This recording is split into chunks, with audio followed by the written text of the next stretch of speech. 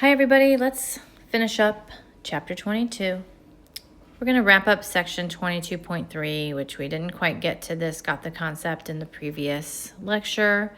So if Maxwell's equations are fresh in your mind, let's take a look at this question. So according to Maxwell's equations, which of the following situations is possible? So situation A, we have a closed surface that has a net magnetic flux. Well, we know by Maxwell's second equation that the total flux through any closed surface for magnetic fields must be zero. So we can already eliminate A. Let's look at B, a closed surface that has a net outward electric flux through its surface. Yeah, that's definitely possible, right? That is the first of Maxwell's equations. We can certainly have a net electric flux through a surface. Sure thing. And it can be outward or inward, depending if it's a positive or a negative particle. So this one's good. What about a loop that has zero electric flux through it, but a magnetic field still circulates around the loop? So we need the Maxwell's equation that has electric flux and magnetic field. So we're either going to be talking about Faraday's law or the Maxwell-Ampere law. Well, because in the second half of C, we're discussing the magnetic field that circulates around a loop, we should probably use the Maxwell-Ampere law. So let's write out what that is. So the Maxwell-Ampere law states that the circulation of a magnetic field is equal to mu naught times the current enclosed plus mu naught epsilon naught, the change in electric flux over time.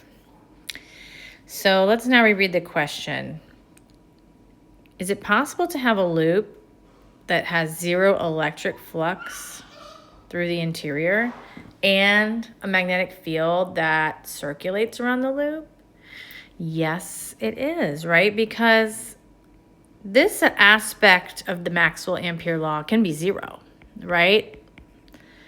And there still can be a magnetic field circulating around a loop that is created by a current.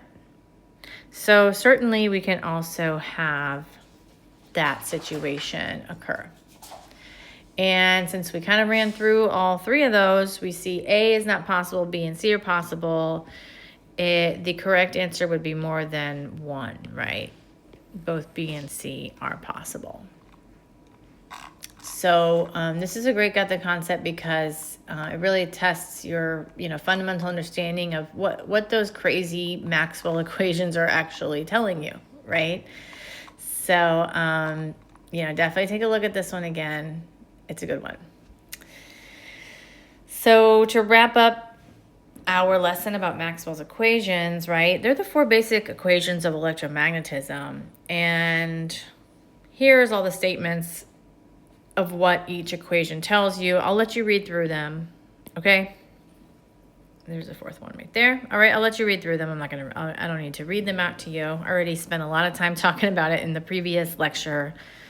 I want to try to get through this one pretty quickly. Oh, here's the fourth one. Okay, so this is a great summary of the Maxwell's equations that you should, read a lot and fully understand. And you can do that right here in the take-home message section of your slides. So what we're going to talk about in the last section of this chapter is the fact that electromagnetic waves carry energy. Okay, and we can describe the energy that electromagnetic waves deliver as photons. So let's first talk about energy before we even get into photons. Did you know that electromagnetic waves carry energy? I bet you did, but you didn't realize it. When you walk outside and you feel the sun on your skin, it gets warm and you can even get burned. And obviously there's got to be some energy involved there, right? If you touch, right, if you become the current carrying wires, if you stick a fork inside of an electric socket and the current flows through you, you can feel the burn too, right? So that's kind of the same idea. Microwave ovens are useful to heat up your food because the radiation that's used in the microwave, which is from the microwave spectrum, it's a certain frequency because it's the frequency that water molecules will react to, and it pretty much breaks apart the water molecule and heats up your food by the energy released there. So, right, there's definitely energy. I feel like I've convinced you that there's definitely energy in electromagnetic waves.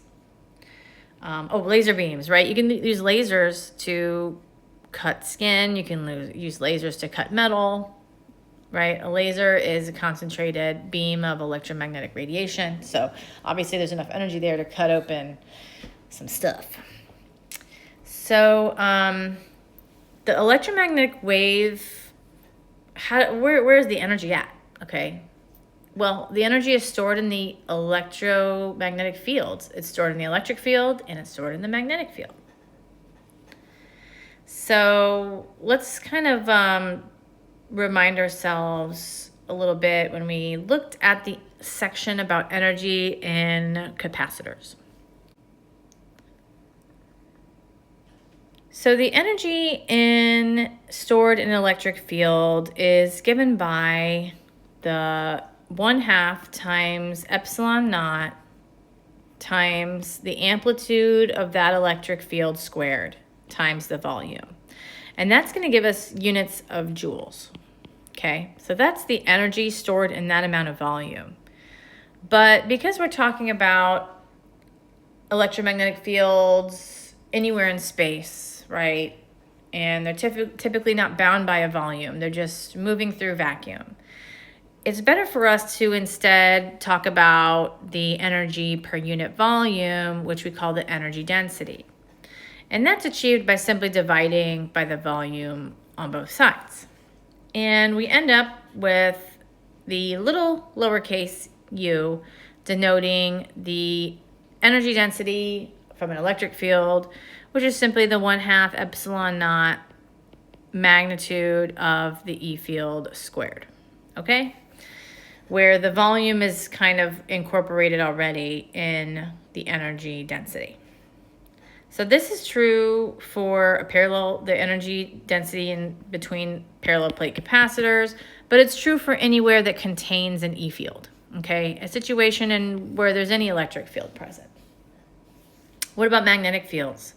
So the energy in an inductor, right? We took a look at that in chapter 21, and we saw that the magnetic energy was equal to the B field squared over 2 mu naught, and since we need the units to be in joules, we multiply it by volume, right? But because we're not talking about devices anymore, we're talking about magnetic and electric fields propagating anywhere in space, we're gonna use the magnetic energy density, which simply divides both sides by the volume.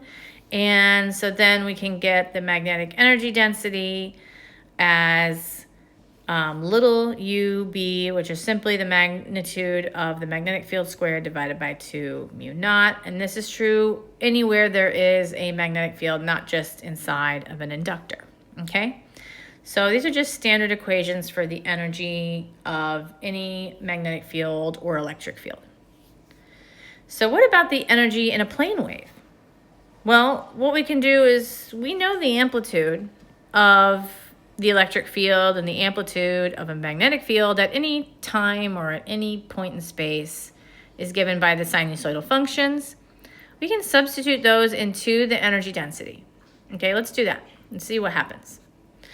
So if we substitute that into the energy density, we get some similar equations. We're going to square our cosine, right? Because B squared, right? This is the electric field at any point in time. This is the magnetic field at any point in time, which is described by the sinusoidal function. So you square the magnitude of that function, and then you square the cosine, right? Nothing crazy going on. And so we can see how the energy density depends on time and space. And at any point in time, it looks like you're going to have some of the energy stored in the electric field and some of the energy stored in the magnetic field, right? But we do recall that there is a relationship between the magnetic field and the electric field magnitudes. Like they're closely related to each other by the factor of C. And we also know that C is equal to 1 over mu naught epsilon naught. So we can pick one of these guys and let's do some substitutions. Okay, let's substitute this guy into here. And let's substitute, we'll rearrange solve for mu naught and put it in here. Okay, so if we do that, and I'm going to spare you the details, right? But if we do that and we plug those things in, guess what you find out? You find out that this magnitude B naught squared over 2 mu naught, right, which is the prefactor in front of the cosine squared in the energy density, it's equal to 1/2 epsilon naught mu naught, right? It's equal to this guy. So the energy density coefficients are actually equal to each other. So what is that saying, right? Here they are equal to each other. Mu naught, or mu, little u, e, and little ub are equal to each other. What does that tell you? What that tells you is that at any position x and at any time t, that electromagnetic wave in vacuum has equal amounts of energy density from the electric field and from the magnetic field. So at any point of time, if you have an electromagnetic wave propagating in vacuum, half of that energy of the wave will be stored in the electric field and the other half will be stored in the magnetic field, okay? So the total energy density then would just be adding the two together, right? And since they're equal to each other, the total energy density at any time is either 2 times the energy density of the electric field or 2 times that of the magnetic field, okay? So it's pretty simple. I know there's a lot of like equations here, but the concept's pretty simple. So at any point in time, the total energy density of a electromagnetic wave in vacuum is twice one of those 2 energy density coefficients, whichever one you want. But it's useful to report the average value. Okay, so the average value, we take the average of the cosine squared function. And you might remember when we talked about the average value of the power, and that had a sine squared, right? And I told you that the average of sine squared is 1/2. So the average of cosine squared is also 1/2. And let me just remind you of why. Right? A sine squared and a cosine squared function live completely above the 0 axis, right? The y equals 0 axis. So the average value, and if this is, let's say, 1, the peak is at 1, well, then the average value is going to be right here at 1/2, right? So the average value of a cosine or a sine function is 1/2. So what we do is we replace this cosine squared with 1/2. And we get the average value of the energy density, okay? So the average value of the energy density is either 1/2 of the electric field coefficient or 1/2 of the magnetic field coefficient. And we can also, if you recall talking about the RMS voltage, we can also express those amplitudes as RMS voltage or RMS fields by dividing the amplitude E naught or B naught by square root of 2. Okay, so that would eliminate the 1/2.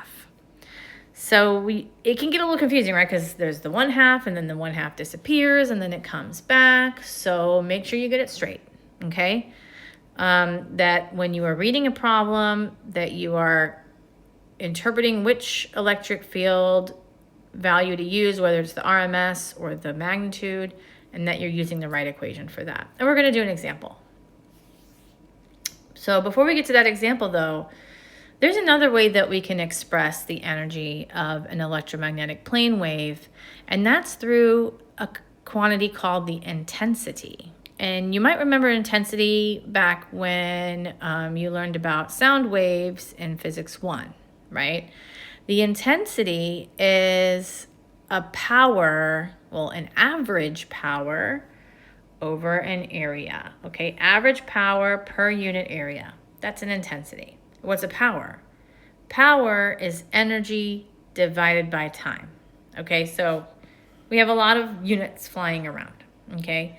So we're going to talk about the intensity of an electromagnetic wave, and let's first identify a region that this electromagnetic wave is moving in. Let's have it be a rectangular box, okay? So there's an electromagnetic wave, or there's a bunch of them really, all up in this box with volume equal to A times L, right? Area times length, and the speed of the wave is C. So when we write the intensity, which is a power per unit area, where power is energy over time, we end up with, right, power per area. And since power is energy over time, the energy is the energy density times the area, or times the volume, right? AL is the volume, right? This gives us capital U. And the time is going to be the length over the speed, right? Because if something is moving at the speed of light and it's traveling a distance L, then the time it takes to do the traveling is T, right? Because meters per second is a distance over a time, right? So if we solve for time is going to be T equals L over C, which is this guy right here, right? That's time. That's not number 1. That's an L. Well, that's a 1. This is an L, okay? It was a very poor choice of letters here. That's an L, okay? And this is an L, all right? So that'll make it much more clear. So this is the number 1. This guy's the number 1. And so the L's will cancel, the A's will cancel, and all you're left with is the energy density times the speed. Okay, so the average intensity is simply, by doing this unit analysis, the equation for average intensity, which we call S average, is simply going to be equal to the energy density times the speed at which the wave is moving, which if it's in vacuum, it's moving at the speed of light. Okay? So this U average, right, the energy density, well, we have several forms, so we can plug that in to the intensity, and U average in terms of the RMS electric field is this guy, right? Energy density average in terms of the magnetic field is this, right? That's UAV, right? And because we know that E equals B naught over C, we can plug that in and we can actually see that the the intensity is equal to the E RMS value times the B RMS value over mu naught.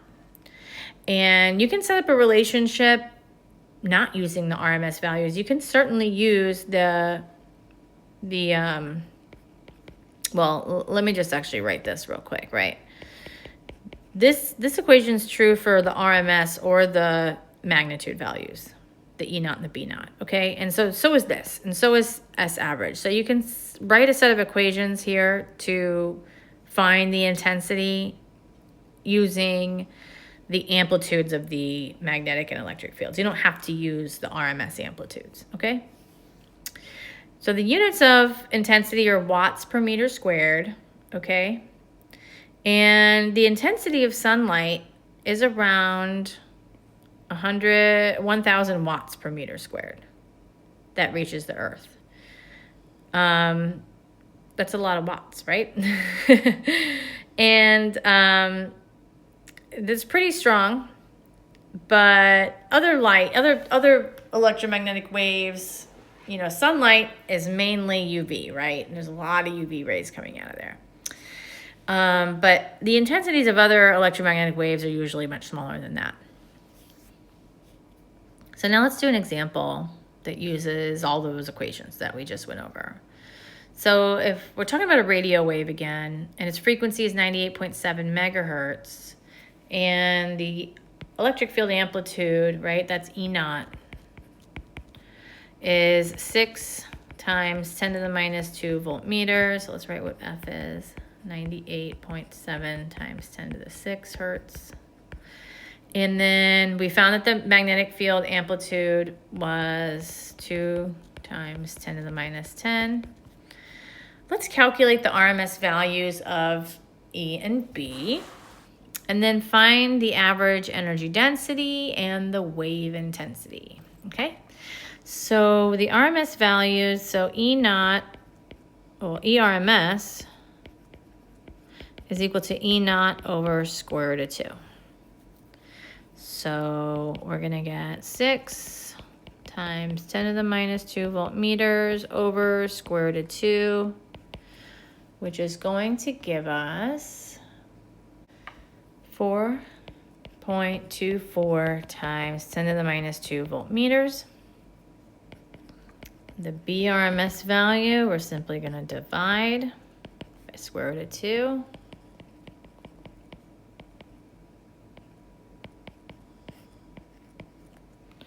And that gives us 1.41 times 10 to the minus 10 Tesla. And next we need to find the average energy density. So that's the little u average, right? The energy density is the little u. And let's go ahead and grab that equation from up here.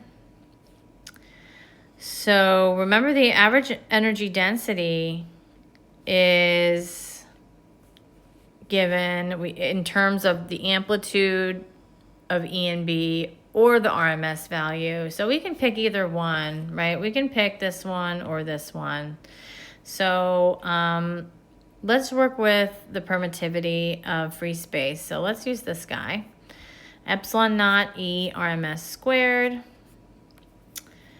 And there was no 1/2 there, right? Because if you're dealing with the RMS value, the 1/2 gets absorbed by that square root of 2. So it's simply epsilon naught E RMS squared, okay? So that's where you have to be careful to choose the correct one. It's easy to put a factor of 1/2 where it doesn't belong. So when you're using the RMS value, the 1/2 is gone. And so that's 8.85 times 10 to the minus 12. And ERMS is 4.24 times 10 to the minus 2. That quantity is squared. And what we get is 1.59 times 10 to the minus 14. And that is a joule per meters cubed, right? Because it's an energy density. So it's an energy over volume. And so now that is the energy density. The last thing we need to find is the intensity of the wave S. So the intensity of the wave, it doesn't say average, but we're talking about S average, okay? They didn't give us any other form of S. So they're talking about S average, even though they weren't explicit. So let's scroll up and get those equations for S average. We can use the RMS amplitude. We can use of the electric field. We can use the RMS amplitude of B. So let's just keep going with the RMS amplitude, and you can see that it's what we calculated for U average, but it's simply multiplied by C. So let's take our answer from the previous part, which was 1.59 times 10 to the minus 14. Multiply it by the speed of light, 3 times 10 to the 8. And what we get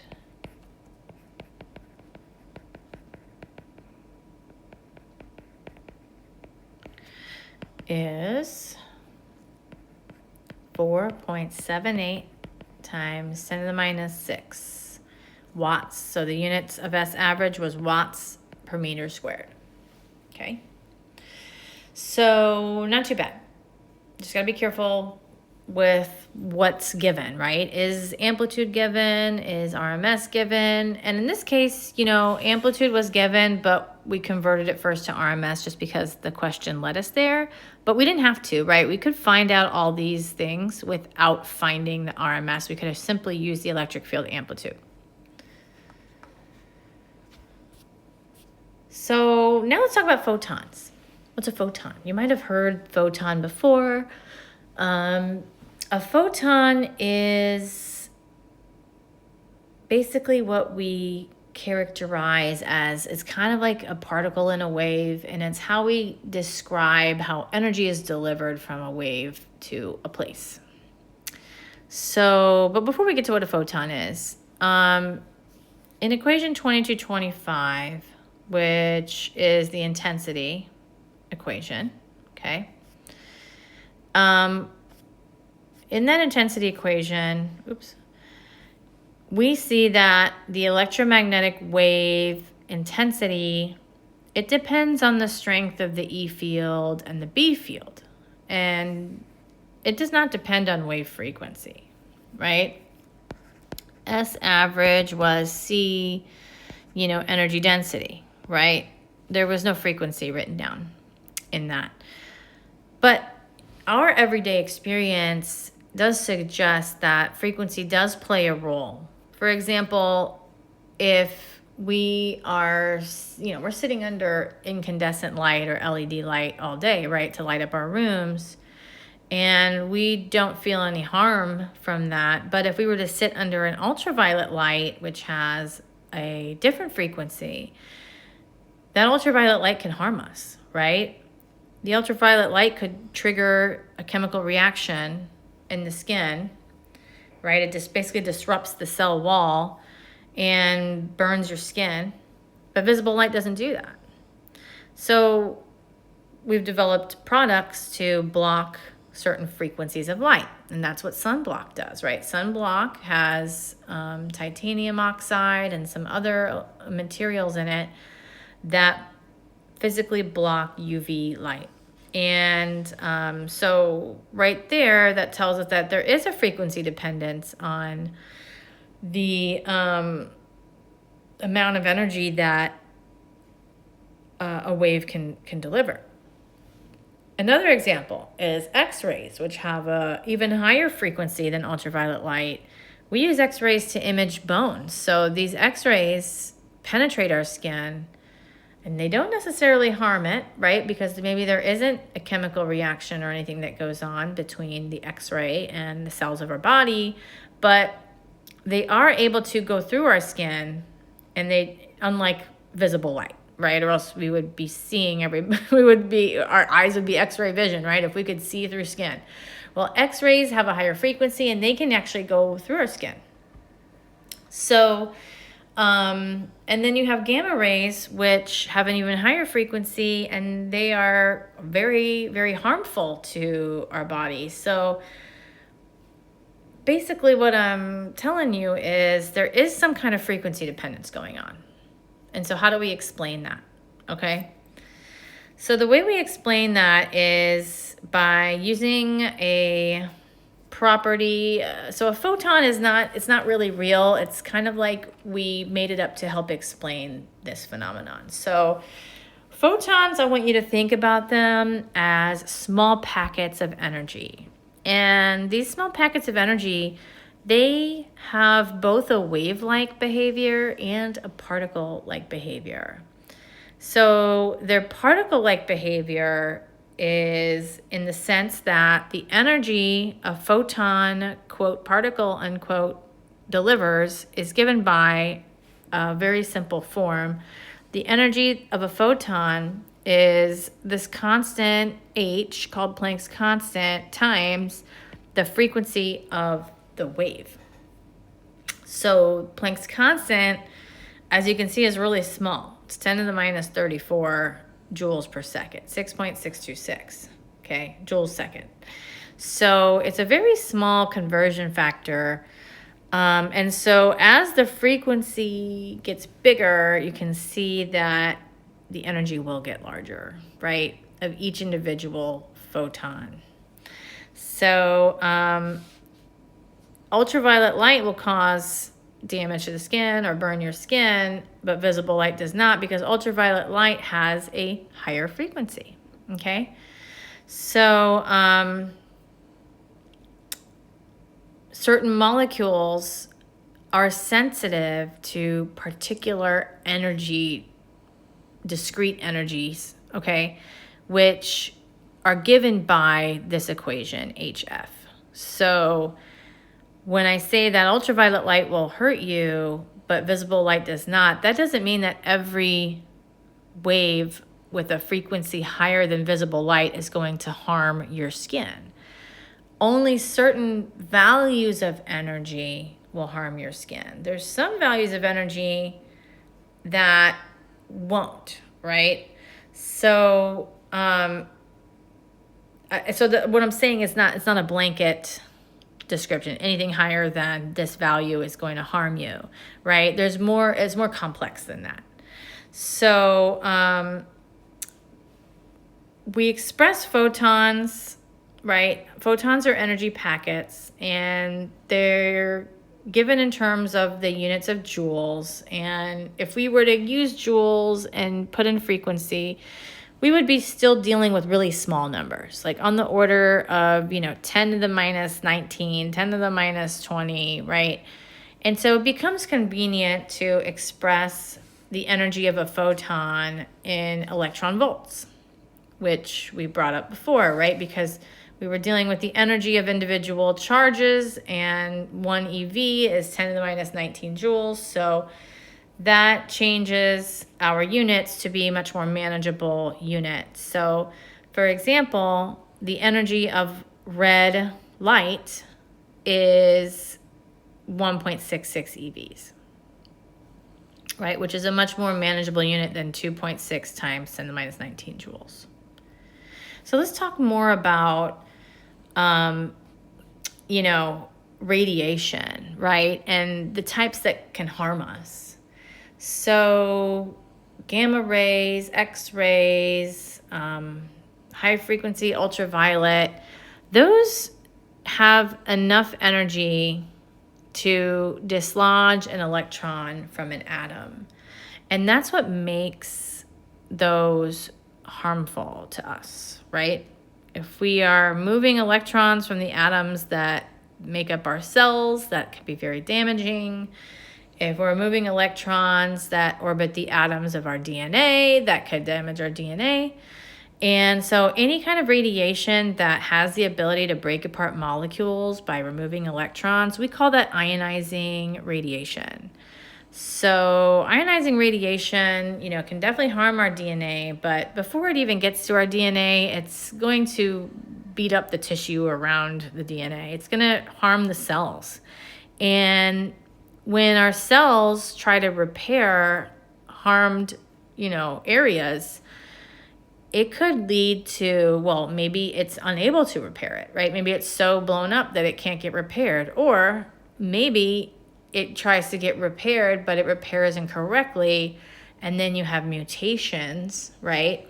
You have cells multiplying in the wrong way, and you get mutations, and that's basically how ionizing radiation can cause some forms of cancer, right? Because cancer is the, super fast replication of cells, right? due to damage. So, and that's another reason why we combat cancer with radiation. Because cancer cells divide so rapidly, they're going to be susceptible to ionizing radiation because it will disrupt their cell replication, right? And that's what we're trying to do. We're trying to stop their growth. So it's all very interesting aspect of electromagnetic fields and biology. This is a great intersection. It has a lot of important applications. Something you may want to look into more deeply in your career path. So let's do some examples working with photons, right? Photons, they're kind of like a particle, kind of like a wave. Let's calculate the energy per photon for a radio wave. So the radio wave, remember, had a frequency of 98.7 times 10 to the 6th hertz.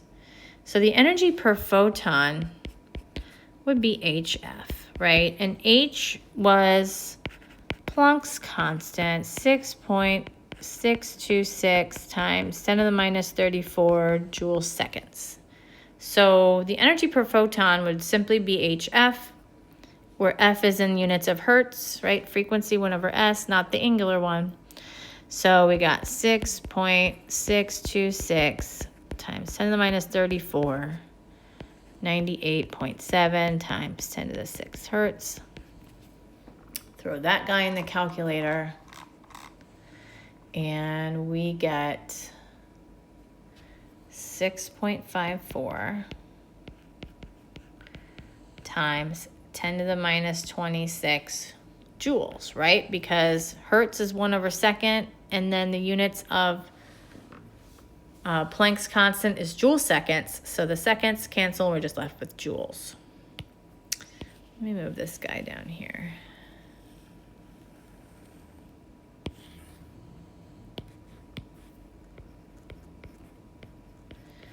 So the number of photons per cubic meter. The number of photons per cubic meter. Let's do a little analysis. Dimensional analysis, that's the word I was looking for. Let's do a dimensional analysis. So we're looking for the number of photons per meters cubed, right? And, well, what do we know about the photons? Their energy, right? And so what we need is, well, we need the energy per unit volume. And we need to multiply that. To get the number of photons, we need to multiply it. We need to get rid of the energy unit, right? And so what we need is we need the photons in the numerator, and we need the energy in the denominator.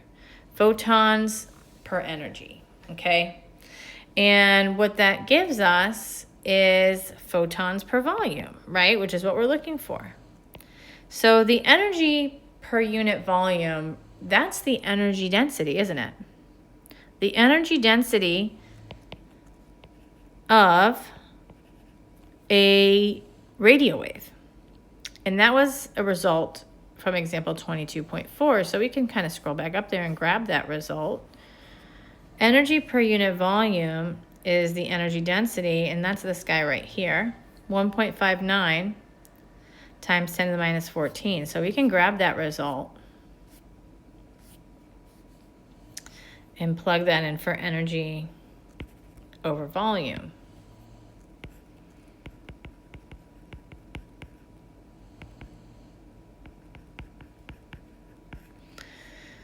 So what about photon per energy? Okay, well, what's the inverse of that? Energy per photon. So what we need to do is we need to divide by energy per photon, right? That's simply saying that we're multiplying by the reciprocal, or dividing by the reciprocal, I should say, right? We're dividing by the reciprocal of photon over energy, which is energy per photon. We know what that is. The amount of energy per photon is this result right here from part A. So that is going to be 6.54 times 10 to the minus 26 joules, right?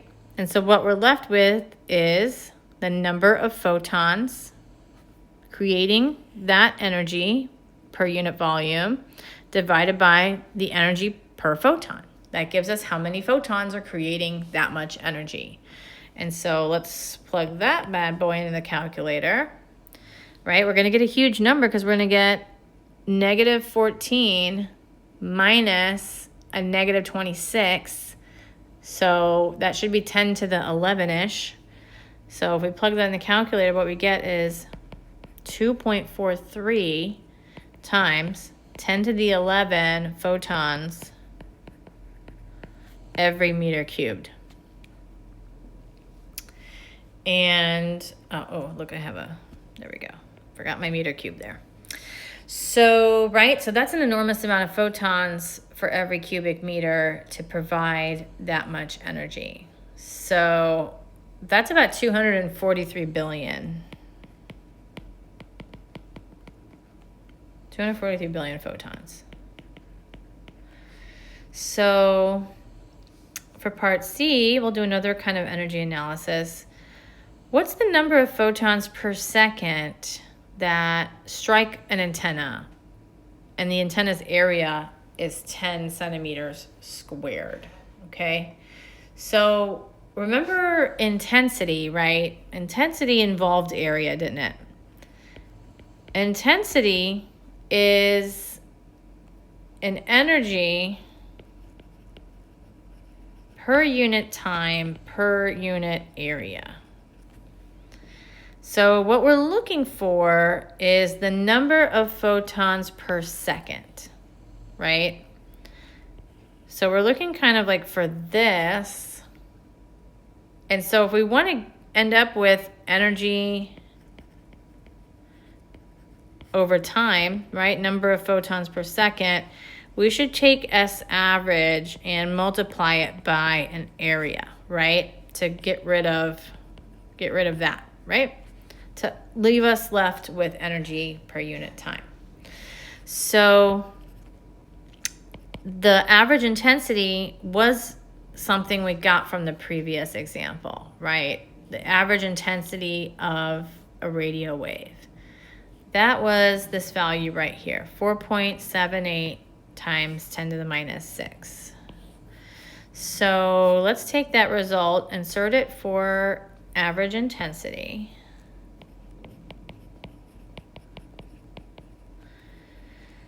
And that is watts per meters squared. And then we're multiplying it by the area. And so they told us the area was 10 centimeters squared. So 10 centimeters squared. We need to convert that to meters squared. And the quick way to do that conversion is, you know that 1 meter gives you 100 centimeters. Well, if you square that, then 1 meter squared will give you 100 centimeters squared. Okay? So if we plug that into the calculator, what we end up with is 4.78 times 10 to the minus 9. And the meters squared go away, become watts, right? And a watt is a joule per second. So that's how much energy per second, right?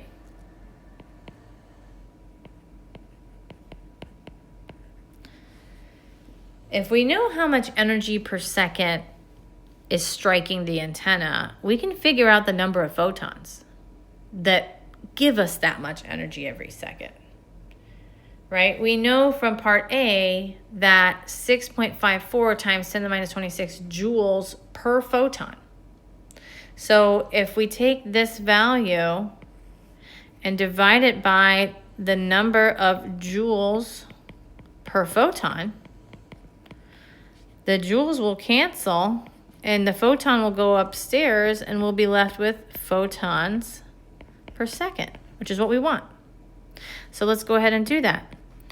4.78 times 10 to the minus 9 watts divided by the number of joules delivered by each photon, which was 6.54 times 10 to the minus 26.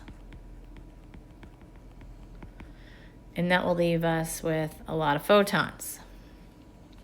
7.30 times 10 to the 16 photons every second. So it's a lot of photons. And so, in this example relied heavy on unit analysis, okay? So unit analysis is going to be a big problem-solving technique for this chapter. When we're talking about photons in this way, right? Energy per photon, number of photons, that's making you think about photon as a particle. And is photon a particle? Technically, photons aren't even real, but not to make things weird, but photons aren't real. But they're real in a sense that, we can measure properties that we can ascribe to a photon. And they're a convenient way to talk about energy delivered by electromagnetic radiation. But the weird thing about photons is they have qualities of both particles and waves, okay? So they're not simply only particles. It's okay to think about them that way when looking at their energy, but they actually have aspects of both particle and wave behavior. So we're going to talk a lot more about photons. I'm hoping we can get to chapter 26. We might do it for fun. Towards the end of the semester, we might have like a lecture or two left over from the content that I want to test on. So we might get to it if this interests you, okay? So photons are, really interesting constructs that help us explain energy delivered by electromagnetic waves, and they have both wave and particle properties. Let's do this got the concept, and then we'll be all wrapped up for chapter 22. So let's say that we have 3 lasers and the power output, okay, power is constant. So what is power again, right? Power is energy per time, right? Power is energy over time. So the power output of these lasers are all constant, right? So they're delivering the same amount of energy per unit time. But each laser is a different color, so their frequencies are different. And I wrote down roughly what their frequencies are. Okay, they're not exactly right, but they're gonna help us, answer this question. So if each of the frequencies are given below, which one would deliver the greater number of photons per second? Right? If the power is constant, so the amount of energy they deliver per unit time is constant, which one will have most of the photons? So if the power value is constant, then that means the ratio of the energy per unit time is constant. But we don't know what the time is, right? And we don't know what the energy is. So the energy, we know the energy of one photon, right? The energy of one photon is HF. So the energy of a bunch of photons would be NHF. So let's go ahead and kind of plug that into the numerator here, NHF over time per second, right? So our time is every second. And so P is constant for each one. But if F is decreasing, okay, H, of course, remains constant. This 1 second remains constant. If F is decreasing, well, then guess what? N must increase in order to keep power constant, right? Because the power is the same for each one. So the lower the frequency, the larger number of photons to keep that power constant. So which one emits the greater number of photons? Well, the light with the lower frequency will do that, right? Which is the red laser has the lowest frequency. Okay, so unit analysis, very important for the last half of this chapter. Let's summarize what we just talked about. We talked about the energy associated with electric and magnetic fields, okay? We saw that through some algebra that an electromagnetic wave in vacuum has equal amounts of electric field energy and magnetic field energy at any time. And then we described the intensity of an electromagnetic wave, right? It's the average power per unit area, where power is energy over time. And in a vacuum, we saw that the intensity actually just simply equals the energy per unit volume times the speed, right? Energy density, which is the energy per unit volume, times C was the average intensity. And then average power is energy over time, right? And then intensity is power per unit area, which is energy over time times area. Okay, just kind of writing everything out in summary. And the last thing we looked at were photons, which are very curious beings, right? They're neither a particle nor a wave, or maybe they're both.